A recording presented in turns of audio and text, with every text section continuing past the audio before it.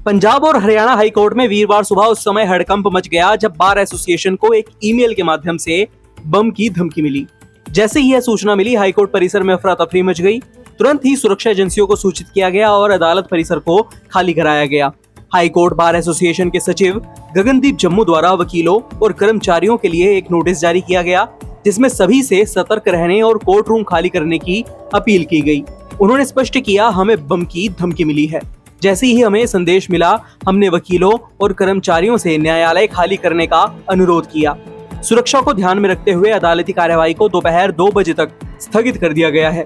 Notice में यह भी कहा गया है कि यदि परिसर में कोई संदिग्ध वस्तु या लावारिस सामग्री दिखाई दे तो उसकी सूचना तुरंत बार एसोसिएशन कार्यालय को दी जाए। इसके साथ ही हाईकोर्ट के सभी कक्षों को तत्काल खाली करने के निर्देश जारी किए गए हैं। हाईकोर्ट बार एसोसिएशन के अध्यक्ष सरतेज नरूला ने बताया कि धमकी सुबह ईमेल के माध्यम से प्राप्त हुई थी, जिसमें अदालत को बम से उड़ाने की बात कही गई थी। इस सूचना के बाद तुरंत पुलिस को सूचित किया गया और अब बम निरोधक दस्ते और स्पेशल फोर्स हाईकोर्ट परिसर की बारीकी से जांच कर रहे हैं।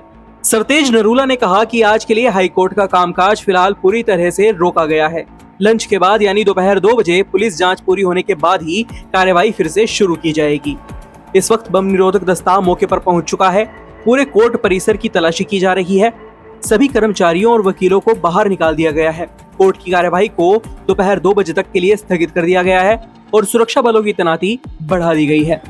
इस घटनाक्रम के बाद हाई कोर्ट में कार्यरत वकीलों और कर्मचारियों में दहशत का माहौल है। बार एसोसिएशन के पदाधिकारियों ने सभी वकीलों से संयम और सतर्कता बरतने की अपील की है। सुरक्षा एजेंसियों की ओर से यह स्पष्ट किया गया है कि जांच पूरी होने तक कोई भी व्यक्ति परिसर में प्रवेश नहीं करेगा। पुलिस की प्रारंभिक जांच पूरी होने और स्थिति पूरी तरह से सामान्य घोषित होने के बाद ही हाईकोर्ट में दोपहर बाद अदालती कार्यवाही फिर से शुरू की जाएगी। हालांकि यह साफ कर दिया गया है कि यदि जांच लंबी चली तो कार्यवाही में और देरी हो सकती है। हालांकि अब तक यह स्पष्ट नहीं हो पाया है कि यह धमकी वास्तविक है या शरारतपूर्ण, लेकिन चंडीगढ़ पुलिस और सुरक्षा एजेंसियां इसे गंभीरता से लेकर जांच कर रही हैं। इस ईमेल की ट्रेसिंग का प्रयास किया जा रहा है ताकि यह पता चल सके कि यह धमकी कहां से और किसने भेजी है। इस पूरे मामले में जो भी अपडेट सामने आएगी हम आपके साथ जरूर साझा करेंगे। अभी के लिए इतना ही। देश प्रदेश से जुड़ी महत्वपूर्ण खबरों को जानने के लिए बने रहें हमारे YouTube channel city web news पर।